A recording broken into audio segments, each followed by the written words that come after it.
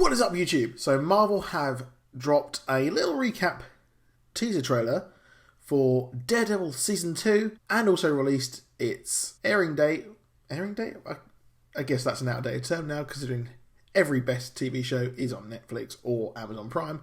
But anyway, Daredevil Season 2 will be out on Netflix for streaming March 18th and released a brand new poster, which looks badass. So not only have they done this, they have released the synopsis for the entire series. Just when Matt thinks he's bringing order back to the city, new forces are rising in Hell's Kitchen. Now the man without fear must take on a new adversary in Frank Castle and face an old flame, Elektra.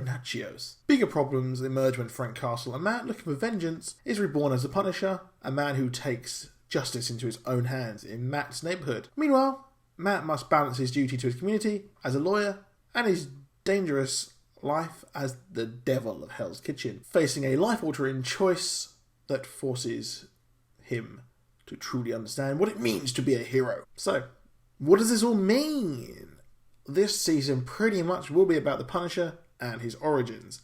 Of course, Frank Castle and Daredevil are at the opposite ends of the justice spectrum. In the pictures we've seen, Frank is pretty much becoming the Punisher, but he's not quite there yet. I believe that Frank Castle will be investigating or stopping this season's big bad, which will most likely be the Hand, considering Daredevil took out their leader, Nobu. Frank will be all guns blazing, he's a Punisher, and he gives no fucks, and Daredevil is like, bro, look mate, you can't just kill everyone. I think that this season is probably going to be where Daredevil's moral compass sets in and really decides that he really is the law and must play by the book. But the Punisher's like, what book? I just shot the book. Now, if stopping the Hand is this season's overall arc, apart from him dealing with the Punisher, this leads us to possibly the worst used character from Marvel Comics in a visual medium. It's Elektra, of course. It will be interesting to see how they handle her and decide what is actually going to happen with her and how she's brought in.